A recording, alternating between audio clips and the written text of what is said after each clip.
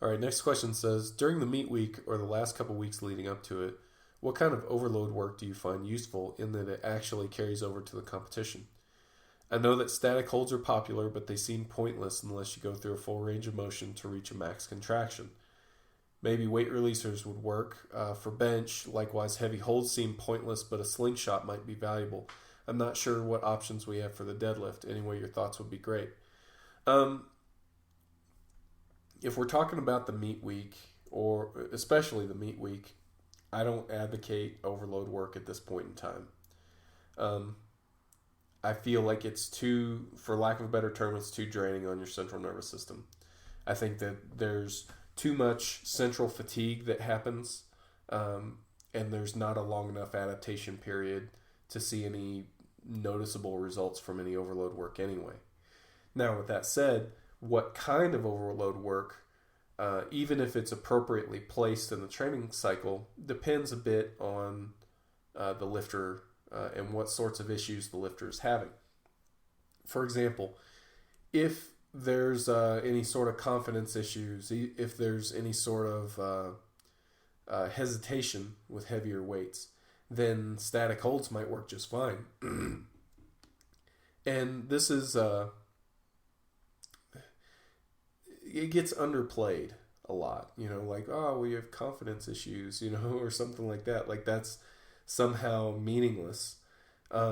It's not. And it's not confidence like, oh, I don't believe in myself kind of confidence. It's a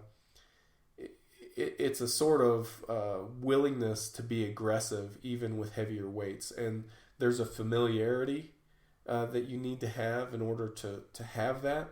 And it's somewhat personality dependent too. Some people are much less dependent on that familiarity, and other people really get a lot out of the familiarity.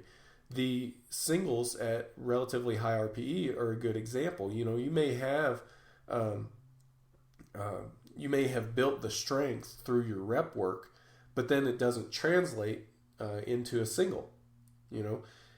There's a skill component to it, but also we kind of lump some of these more intangibles into just saying, oh, it's confidence.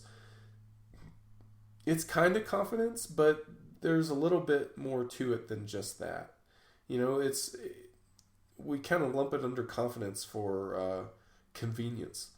So with that said, I would say heavy holds fall into that category.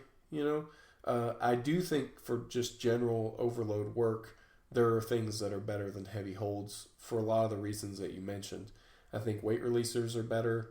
I think slingshots better. I think bands and chains and things like that tend to be better.